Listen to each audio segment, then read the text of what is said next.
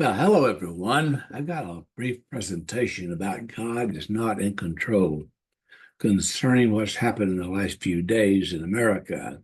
I'm Dr. Cecil Cockerham, and I rarely go on a rant, but that's just the truth.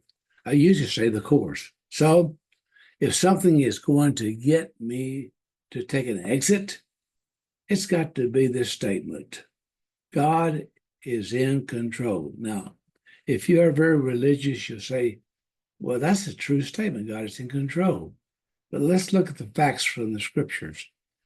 Then God said, let us make man, human beings, in our image, in our likeness. After that, he said, we have dominion over the fish of the sea, the birds of the air, and the animals, all the animals, the wild animals, and all the creatures that crawl of the earth. And that's out of Genesis 1:26.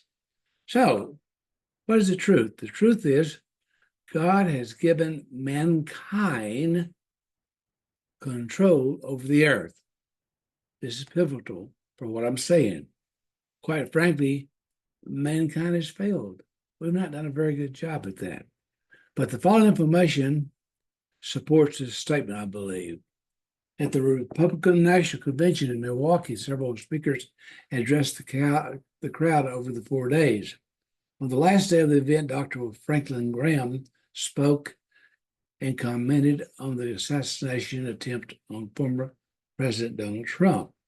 This is what Dr. Graham said.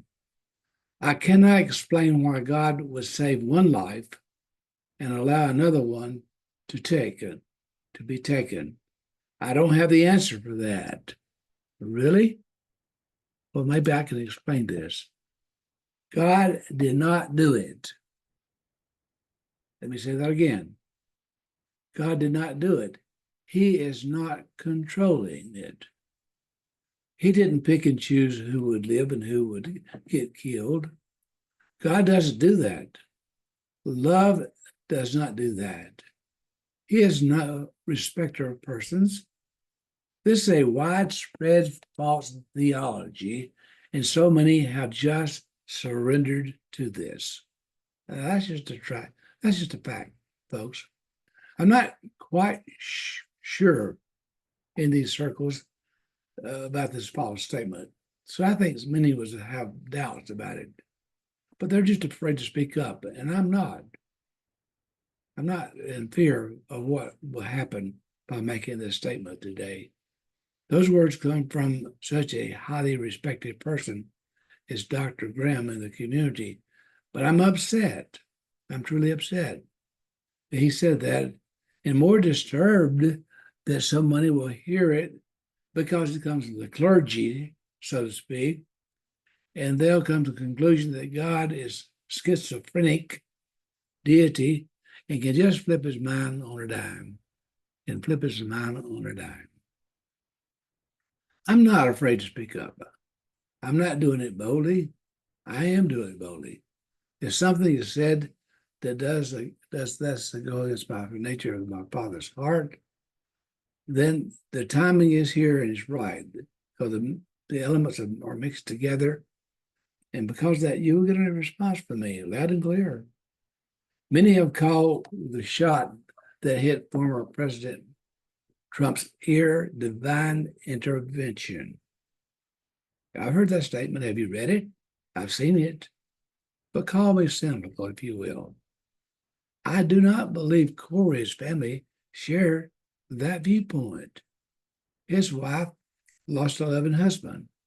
His girls lost their daddy. Their lives have been traumatized and therefore changed and changed forever. And God allowed this? Well, I'll just not accept that. I'm sorry. I will not accept that. We live in a world that doesn't know who they are. I must state that again, folks. We live in a world where people do not know who they are. See, they still have the power as a spirit being with flesh on, but they use that power to bring havoc on the world because they have the power that they do not know who they are. Former President Trump was fortunate. Yes, God is a loving father. who does not want to see any harm to anyone.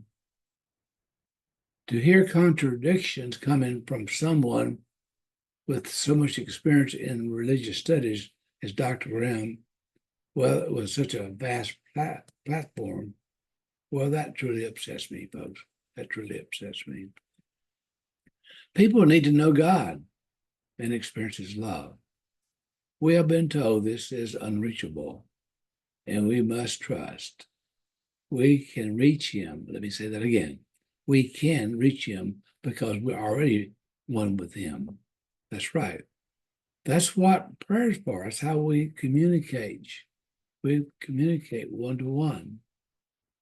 Rather than swallowing in the events of this earth and living in fear, which the Bible confirms says, it doesn't say that we live in the fear, but that doesn't come from God. We can experience him and live in a love that is so non-relatable to this physical world. Yes, that's the way we can relate to him in this non-physical world.